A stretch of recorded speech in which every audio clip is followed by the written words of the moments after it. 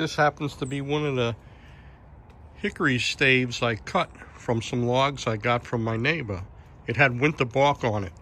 Before I found out I could put it in a steam tube and steam it for an hour and 15 minutes and have it come off just like it was peeling in the spring, I scraped this down, scraped the bark off, and today I took it to a growth ring.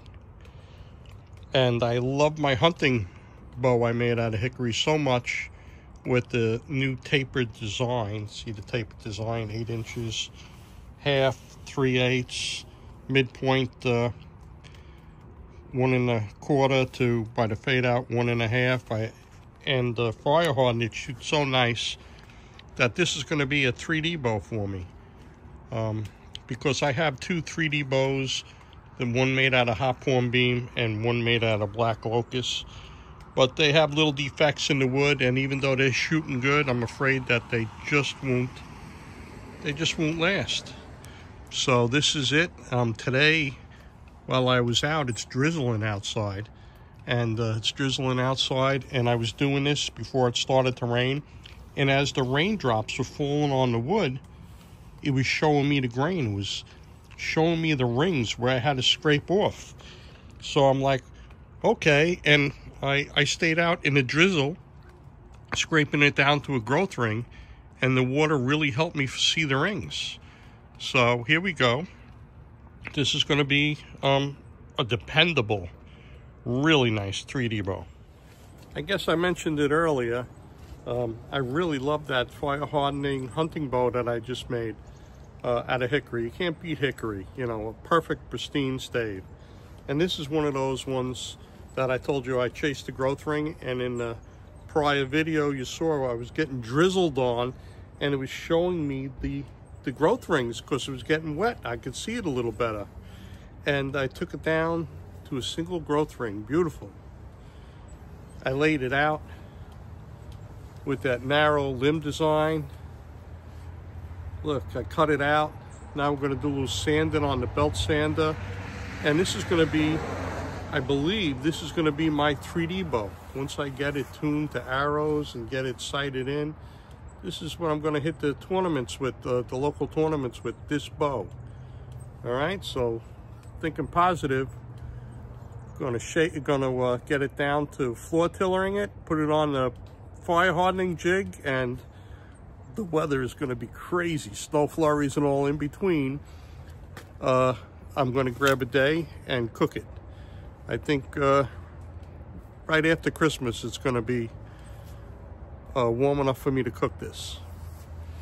So we got the belt sander with an 80 grit belt, and I'm going to take all the rough tool marks off, and I'll show you when I'm done. Okay, with this faster limb design, I'm going to just show you how I use the belt sander to take it down. This side's a little rough. I'm going to show you. What I do is I work on the ends, which go from 1/2 inch to 3/8, but they wind up being fairly straight. Then from here to the midpoint, I sand this section, okay? Then from the midpoint down to the riser, I taper it down to that, and the riser section is flat. So I have the one side done here. Okay, the one side's done, and this side's still rough wood. Okay, I'm gonna just show you briefly. I'm just gonna show you how I go one end, and then I hang this over, and then I go to the next section. Okay, so here we go.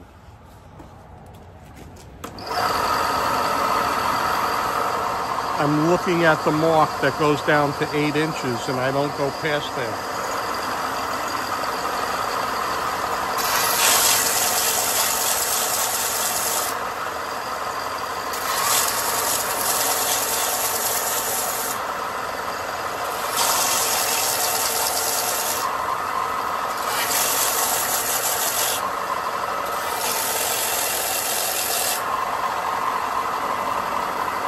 Then I let this 8-inch piece overhang so I'm not near it. And I'm going to do this from the midsection to that paper.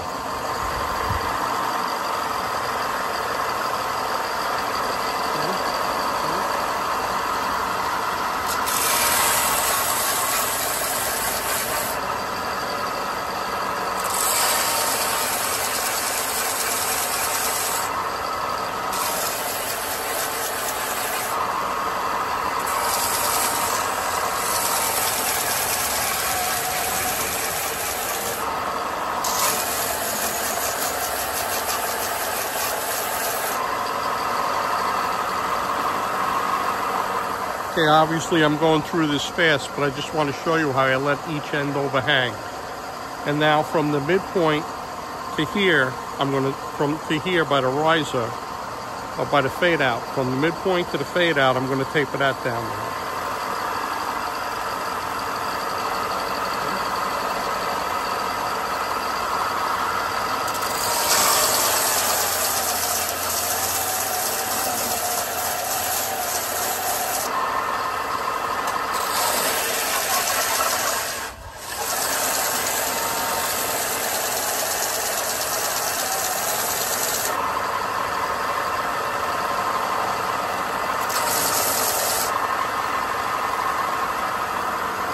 Then once I get that all done, then the riser section from here to here is flat.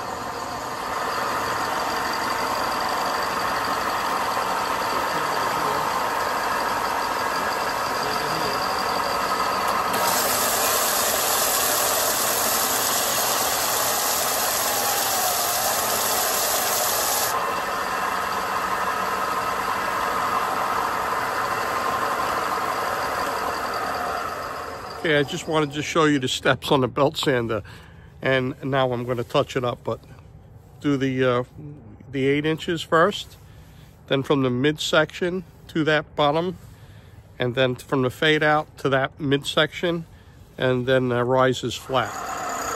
Just so you know, I was pointing like this here. I was pointing to here, showing you. But whenever I'm sanding, I have the back of the bow facing me so I can pay attention to the line. But the only reason why I didn't, I stood on the other side is so you could see with the camera. So I do this section first, then once on both sides, and when I go over here, I stand over here. The next section down, I let it overhang. I do this short section here, see it's angled, this is up. And then I stand over here, do that. And I stand over here from the fade out to the midsection, okay? And I work on that, okay? Then the riser, of course, is flat. And wherever the back of the bow is, that's the side I'm facing, so I can keep my eye on the line. All right, looks good, right? Looks good. You saw me on my other videos how I reduce weight, going back and forth like this. And that's what I'm doing now to get the tool marks out, the bandsaw marks out, okay? And then over here where the riser is, there's a couple of little tool marks here, and I'm gonna bump it flat or on that round. And that's gonna smooth this out. I'll just show you quick.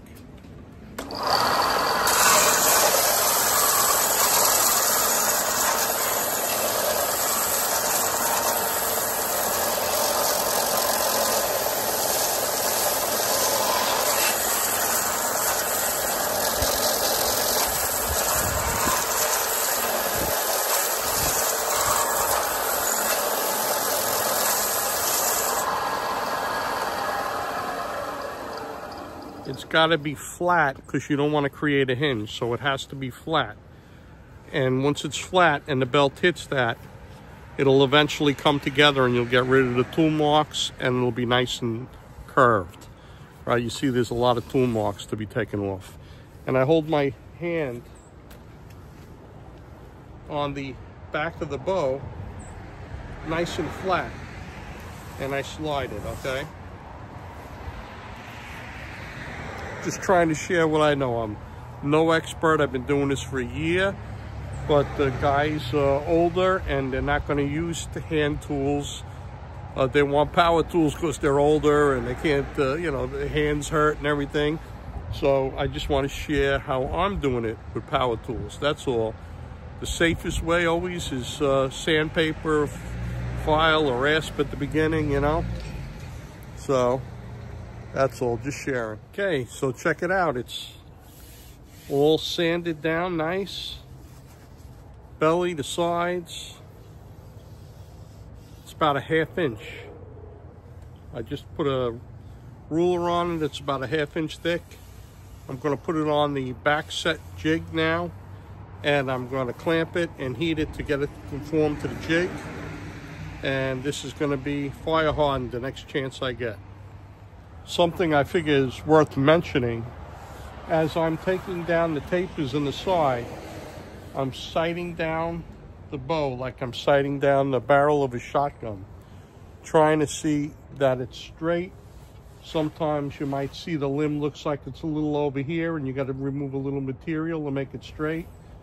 You're trying to make it straight by sanding it to get the shape you want.